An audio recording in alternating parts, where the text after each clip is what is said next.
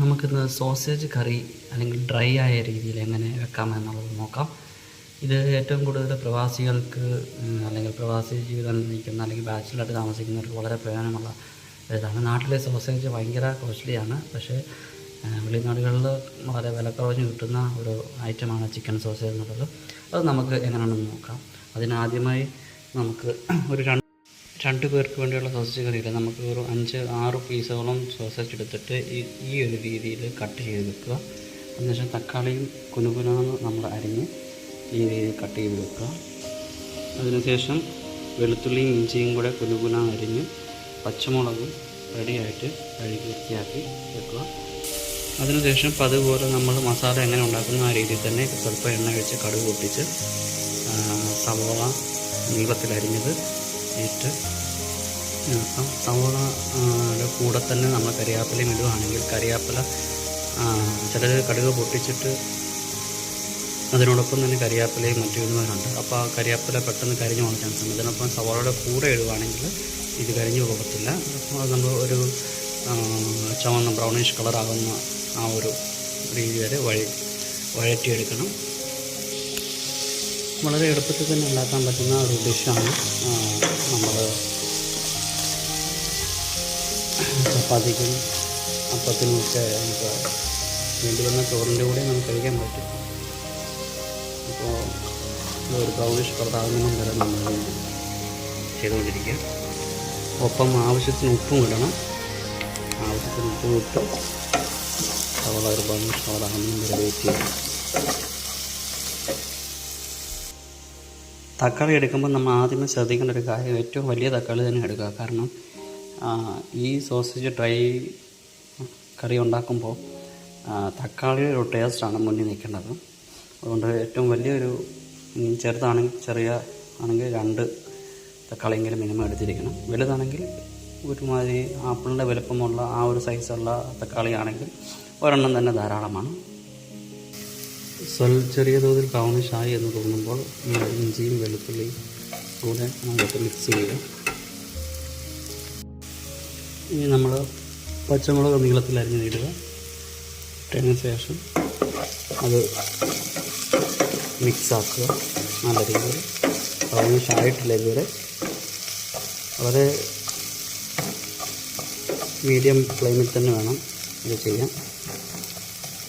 നല്ല രീതിയിൽ തന്നെ ബ്രൗണിഷ് ആയതിനു ശേഷമേ, എന്നാൽ കരിയാനും പാടില്ല. അത് നമ്മൾ വളരെ ശ്രദ്ധിച്ച് തന്നെ ചെയ്യണം, എങ്കിലേ നമുക്കതിൻ്റെ ടേസ്റ്റ് ലഭിക്കത്തുള്ളൂ. ഇപ്പോൾ ഏകദേശം ബ്രൗണിഷ് കളറായി. ഇനി സ്വല്പം മഞ്ഞൾപ്പൊടി, ഞാനിവിടെ ചേർക്കുന്ന കാശ്മീരി ചില്ലി ആണ്. അതിൽ 1 ടീസ്പൂണാണ് ഇടേണ്ടത്. സ്വല്പം കൂടെ കളർ വേണമെന്നുണ്ടെങ്കിൽ അതനുസരിച്ച് ചേർക്കുക. അതുപോലെ തന്നെ മല്ലിപ്പൊടി ആവശ്യത്തിന് ചേർക്കുക.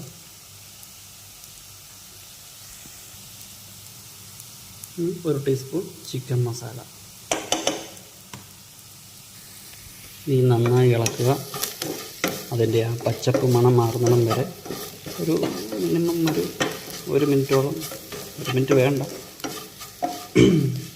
അതൊന്ന് ശരിക്കും മിക്സ് ചെയ്ത് ആ മണമൊന്ന് പച്ചപ്പ് സ്മെല്ല് മാറാൻ വരെ നമ്മളൊന്ന് ജസ്റ്റ് ഒരു ലോ ഫ്ലെയിമിൽ വെച്ച് അതിനെ ഒന്ന് ആക്കി കൊടുക്കുക.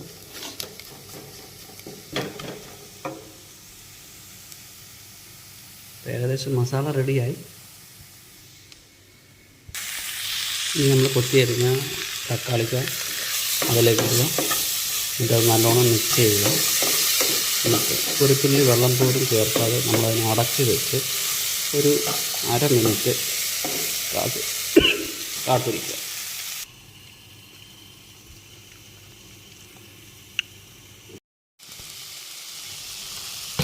ഇനി സ്വല്പം വെള്ളം അടി പിടിക്കാതിരിക്കാൻ വേണ്ടി സ്വല്പം വെള്ളം ചേർക്കുക നമ്മൾ. എന്നിട്ട് അതൊരു കുഴമ്പ് പരുവത്തിലാകുന്നിടം വരെ വെയിറ്റ് ചെയ്യുക, നല്ലോണം ഇളക്കിയതിന് ശേഷം. സ്വല്പം ടേസ്റ്റ് കൂട്ടാൻ വേണ്ടി ഒരു 1/2 ടീസ്പൂൺ പഞ്ചസാര ഒന്ന് ആഡ് ചെയ്യുക. നമ്മുടെ കറിയുടെ ടേസ്റ്റ് തന്നെ മാറിപ്പോവും. എന്നിട്ട് നല്ല രീതിയിൽ മിക്സ് ചെയ്യുക. ഇനി അതിലോട്ട് അരിഞ്ഞ് വെച്ച ചിക്കൻ സോസേജ് ഇടുക. നന്നായി മിക്സ് ചെയ്യുക. സ്വല്പം കൂടെ വെള്ളം ചേർത്ത് അത് വേവിക്കാൻ വേണ്ടി ഒരു 5 മിനിറ്റോളം വെക്കുക. ഇത് ഹാഫ് ബോയിൽഡാണ് എങ്കിൽ പോലും നമ്മളൊന്ന് മസാലയൊക്കെ ഒന്ന് പിടിക്കാൻ വേണ്ടി 5 മിനിറ്റോളം വെക്കുക. നമ്മുടെ ചിക്കൻ സോസേജ് കറി റെഡിയായി. വാവ്! ഞാൻ സ്വല്പം കരിയാപ്പില ഡെക്കറേഷന് വേണ്ടി ഇട്ടതാണ്. ഇച്ചിരി മല്ലിയിലയും കൂടി ഇടുവാണെങ്കിൽ ഇച്ചിരി മണവും ഇച്ചിരി രുചിയും മാറും. നമ്മുടെ ചിക്കൻ സോസേജ് റെഡി ആയിരിക്കുന്നു. ഇത് ഏറ്റവും എളുപ്പത്തിൽ വെക്കാവുന്ന ഒരു കറിയാണ്. സ്പെഷ്യലായിട്ട് യൂസ് ചെയ്യുന്നത് പ്രവാസികൾക്കാണ്. അവരുടെ കിച്ചണിൽ ഏറ്റവും കൂടുതൽ കാണപ്പെടുന്ന ഒരു ഐറ്റമാണിത്. നമുക്ക് നാട്ടിലും ചെയ്യാം. നിങ്ങൾ ട്രൈ ചെയ്തിട്ട് പറയാം. Okay, by.